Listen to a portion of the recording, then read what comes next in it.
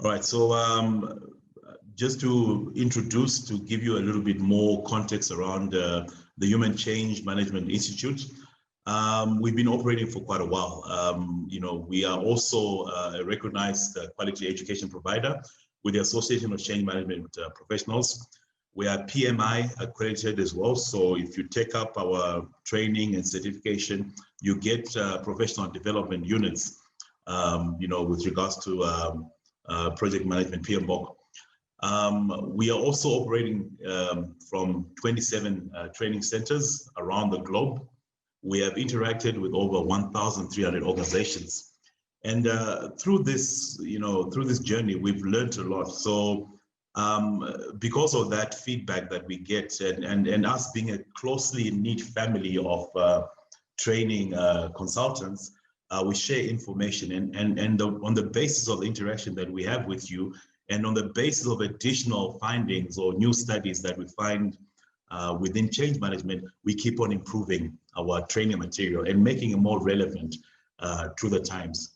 And this is especially relevant for the current environment where change has never been as much as we are experiencing it right now. So as I said to you, we continuously improve. So we've got our first edition, that was around 2012. As we picked up more information, your feedback, more studies, because we continuously develop our tools, our standards.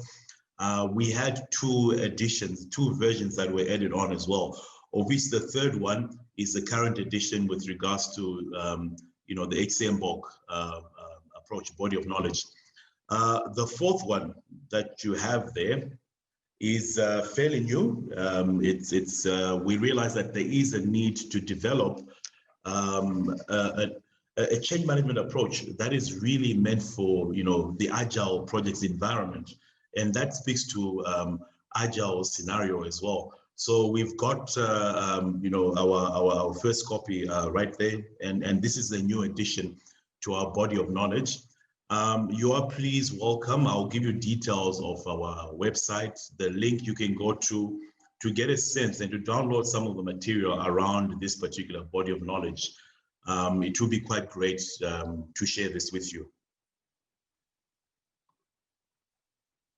Sorry, I'm just hide the floating panels. So as we know, change management is already widely applied in linear projects. We get all sorts of variations, with this. In the linear projects, with the second generation projects as well, that was quite common, spoke a hermetic language. So we all know that this is already happening. All right, so some of the benefits of a change management oriented approach are as follows. You get standardized, project management practices. You also get engaged sponsors, who know what they're doing, who understand their roles and responsibility within a project environment. You also get, you manage people through change as well. There are some techniques that we bring in that help you to engage as well as to manage people using an agreed change management approach. And other studies that have been done, and this is coming from the PMI report, the Pulse Profession report. You found that those projects that didn't have change management, those are the projects in gray, that gray arrow. You find that they were only on budget 36% of the time. Whereas if you put in change management, that almost doubled. It increased, to be on budget by about 63%, which is fairly excellent. And then you find that regarding timing as well, the expected timing of implementation, you find that without change management, the success rate was only 34% with regards to timing. And then with change management, again, almost doubling, success rate, regarding timing was 64%. Meeting the expected goals, the laid down goals without change management, 31%. And when you put in, change management into the picture right there, effective change management, you see that it almost more than doubled, meeting the goals. You're almost guaranteed of, the goals that you set about with regards to the project. Right. So these are some of the benefits of change management oriented approach to, to your overall project management. However, having said that, change management is not the magic pill, the panacea. All right. It will not solve all your project management problems. All right. So just to get that very clear, I know we've been harping on about the importance of change management with regards to project management. You still have a lot to do with regards to, the project management solutions that you need to make part and parcel, including change management as well. So it's quite important to just make this point right from the beginning. Okay, agile approaches are not the solution to everything. Very, very important. This is a new word I learned recently. It's imprevisibility. There's no established cause and effect relationship, between agile approaches and the end result. Very important to note that. And also, I think the biggest lesson that we need to take into consideration is that it is the art of learning by doing and doing by learning. That will get you there. That will get us there, as opposed to just agile approaches. All right, so agile approaches, they basically have, developmental cycles coming from a certain hypothesis. There's planning and prioritization that happens. And then we have development taking place, evaluation, seeking feedback from the relevant parties. Where something does not work, we obviously discard it.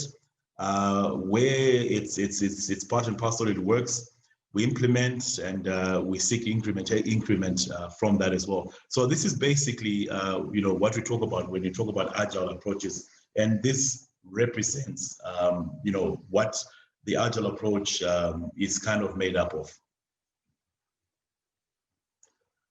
All right, so the priority is exclusively on project deliverables. So these are the agile approaches. So if you look at project planning, release and planning iteration, release and iteration planning stages, all focused on purely project deliverables.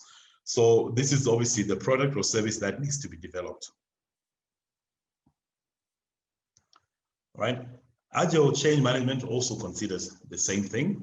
All right, we look at there's going to be unpredictability that can come from the product, but also from the human response to the changes introduced by the project. So the same way that you go through your several agile approaches, the developmental cycles, etc., we will need to give attention to that human aspect of how do people respond when you do bring about agile changes in their particular space. Okay, now when you consider the human factor, another dimension that comes into play is, and very important, this is engagement. How are you interacting? What sort of basis are you putting in place to make sure that everyone is engaged? What is your interaction style with the rest of the project environment, the stakeholders involved? So engagement is very important, because once people are engaged and they feel they're part and parcel of what is going on, you can see that you avoid problems down the road. All right. The other thing is that would come in, what kicks into place when you consider the human aspect as you roll out your agile projects, is that there's going to be some resistance, some antagonism. We're dealing with people by nature, so antagonism is almost a guaranteed.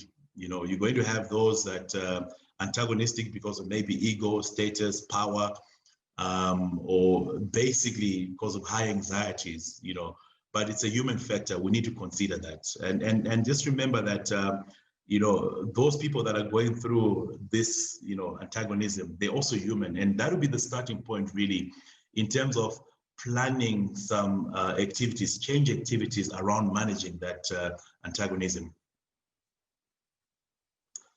Okay, so change management in the Agile universe is about a human look at human complexity, right? So humanizing, like I said earlier on, is going to be very important. Imagine yourself in that particular situation. As I always say, you will find that there are certain things in the past that you've struggled with, whether it's a project or there is a particular change within your own personal space as well. So the same thing does happen within the project space. We do not become robots when we enter a project space. You're still dealing and interact with human beings, and it's also, so it's therefore very important, just to consider the human aspect at the complex and different reactions that you get from people, and sometimes very surprising reactions. And that's why we say complex, human complexity. It can be surprising. Some of the reactions can catch you off guard. You don't have a plan for it. You do not know how it's going to be received. But once you use the human lens, human understanding, to look at it, I think it will help you unravel that a little bit better.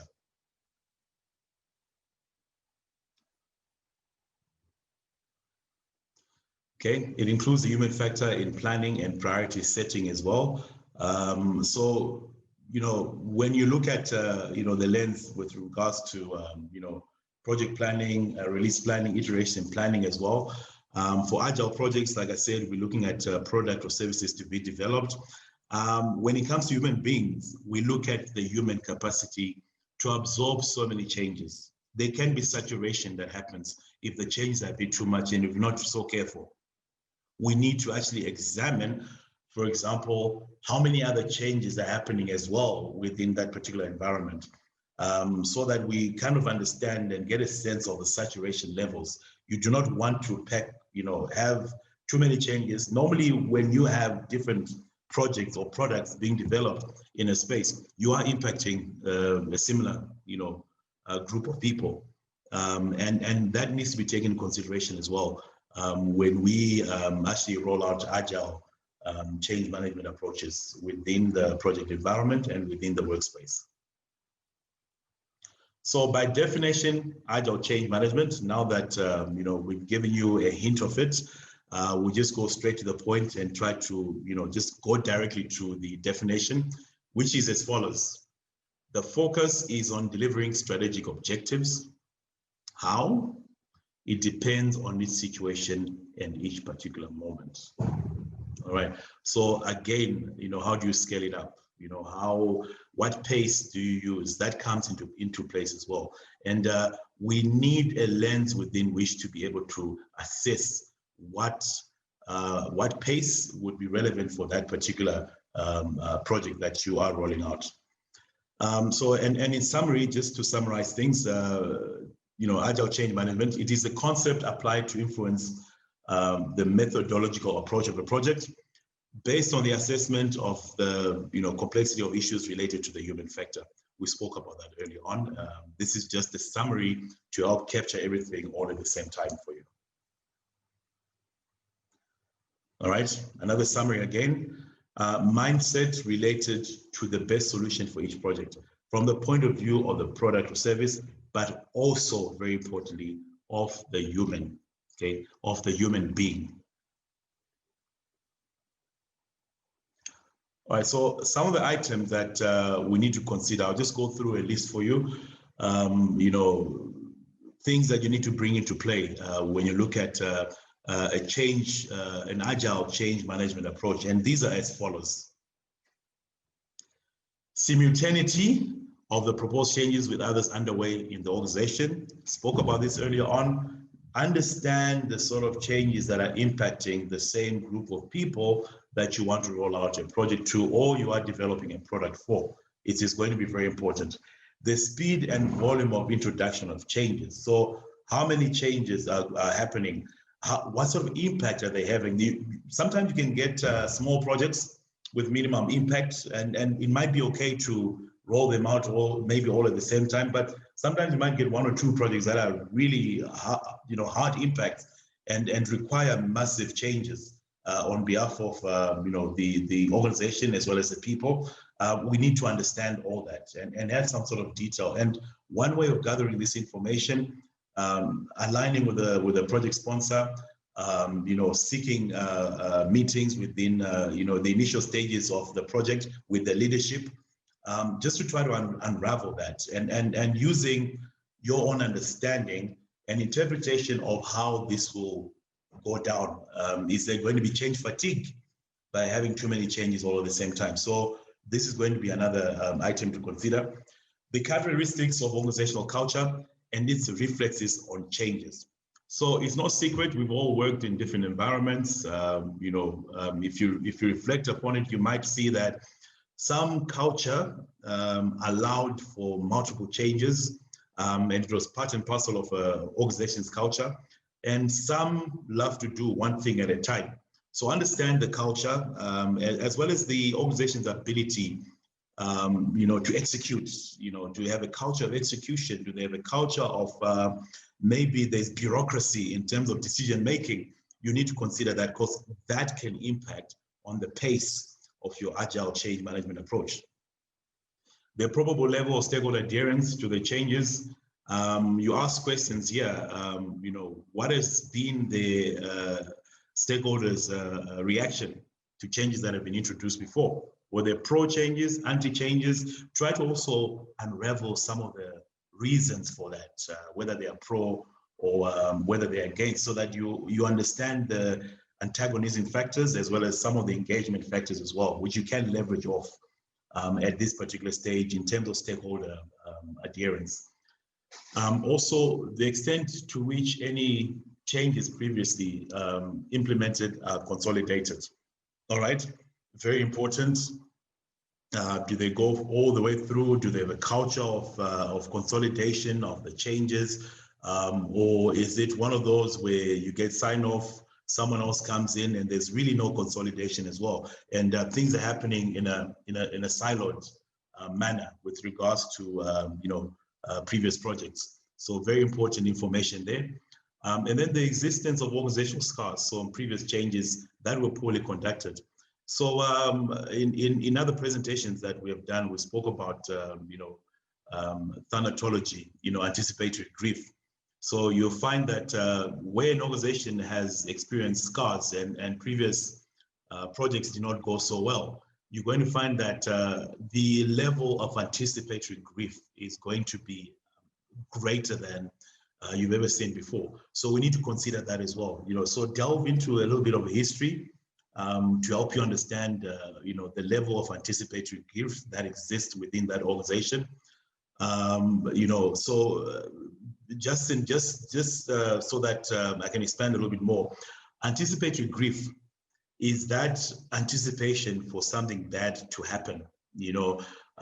So like when soldiers go to war, do they experience that death? How much of a degree of that death do they experience before they actually go into the battle? And we've applied the same concept within organizations to say that we do have the same sort of anticipatory grief, and that anticipatory grief can be made worse if there are too many scars from the past. Another item to consider, last one, we need to look at the characteristics of the project itself and the feasibility of applying the Agile approach for iterative and incremental changes. All right, very, very important. Is it possible? Is it something that, tied up to the organizational priorities? Is it linked to the vision? And is it likely to happen within, that environment? Is it something new? Has it never happened before? So we need to look at that as well. And the application of the Agile approach, when it comes to actually rolling out those projects, that is also going to be a very important factor to consider. All right, so we always say here that, we'll give you a list of items, like almost like a checklist of things that need to be in there. This is by no means an exhaustive list. So if there are other things that you need to put in place here, please add them. And also one or two might be more relevant to a particular project that you're dealing with. Where culture is an issue, maybe organizational scars as well are an issue. You might just pick up 1 or 2 or 3 of the items that we have put right here. But please select the more relevant items that will apply for your particular project. Okay, so we look at incremental changes. These are changes that start off a slow space, and gain momentum as you go along. And the reason is that it's about how, at what volume, sequence, and speed the changes should be introduced. All right. So we'll introduce you to some of the situations that require maximum sustainable change, and some situations that require just a little bit minimum sustainable change. We will talk about that in the next few slides that we present to you right now. Okay, so when Agile approaches, when the Agile change management process begins with the definition of the minimal sustained change, this is what we will be talking about. You get the program of the project itself. The change demands need to be prioritized. And then there's a participatory definition of priorities. So you invite the relevant parties, make sure that you have buy-in from all the relevant areas when it comes to this prioritization.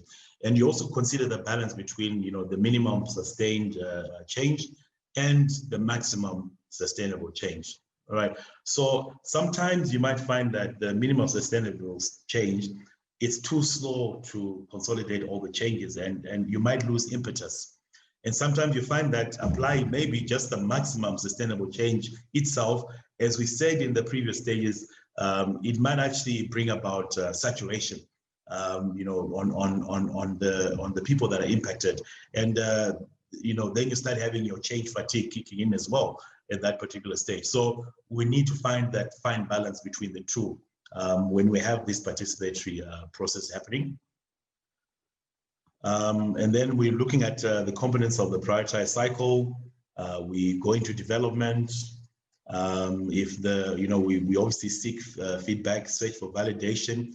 Change not approved, then we obviously go to lessons learned, prioritize in the next cycle, and if possible, considering the maximum sustainable change. All right, so this is when you start thinking about the maximum sustainable change. All right, and then you start it off again, within your components of the prioritized cycle.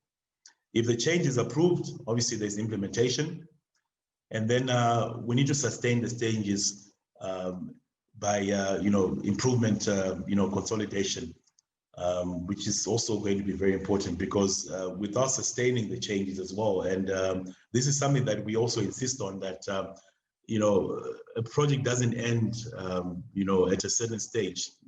It's also important to build in change sustainability all along with this project, because once you've implemented, you find that the changes only start happening much later on, post implementation. So that's why it's also important to just build in that sustaining and restart the cycle again. All right, so in summary, when you're looking at the change management approach, the implementation in iterative and incremental cycles respects human time to assimilate changes, reducing the impact of a major disruption at once. So this is very important. So you need to have a sense, when we talk about the MSC as well as MaSC, the maximum sustainable change as well as the minimum sustainable change, you need to understand what sort of time is required within your environment, to assimilate, to take up these changes, right? And this will actually help you to understand which one to apply when you're dealing with the Agile Change Management approach. All right, we're still talking about finding the right balance again. When we're trying to find the right balance, some of the questions we ask is the release and iteration planning adequate from the point of view of the stakeholder management? And then we need to look at, in this case, do you apply minimal sustainable change? Or, depending on your response to that question, is maximum sustainable change the way to go.